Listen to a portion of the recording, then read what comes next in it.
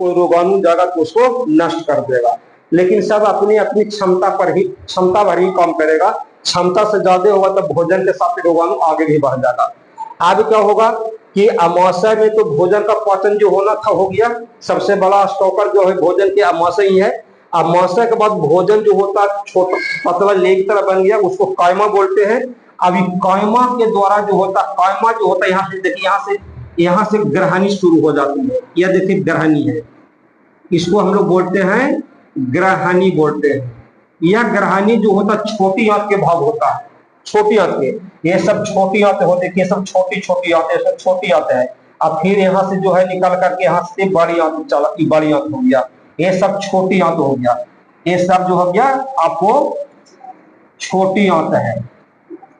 और ये सब जो देखते हैं ना, ये सब जो है ये बड़ी आंत है, बड़ी आंत है।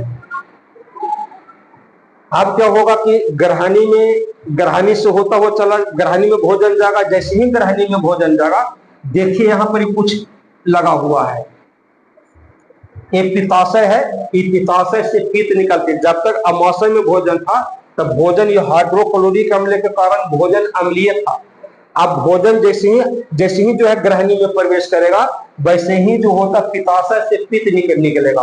अब पित्त निकल करके भोजन की अम्लता को नष्ट कर देगा, भोजन की अम्लता को नष्ट कर देगा। फिर जो होता भोजन चला जाएगा छोटी आंत में।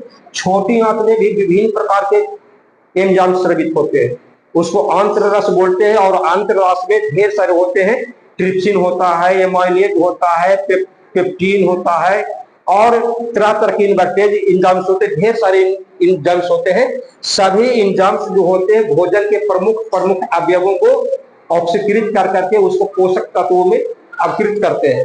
तो अब क्या होता है कि वहां सबसे ज्यादा हम लोग देखते हैं कि ज्यादा करके वसा का पाचन जो होता है छोटी आंत में ही होता है।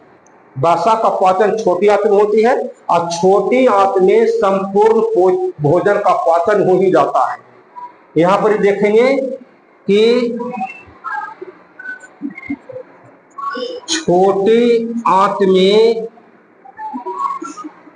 भोजन का संपूर्ण पाचन हो जाता है, इसमें कुछ बचता नहीं है, संपूर्ण पाचन हो जाता है। पाचन होने के बाद छोटी आंत में उंगलीनुमा प्रवर्धक होते हैं। उंगलीनुमा प्रवर्धक होता है जिसको हिंदी में हम लोग बोलते हैं रसांकुर पढ़ते हैं, रसांकुर पढ़ते हैं, जिसको अंग्रेजी में हम लोग भिलाई पढ़ते हैं।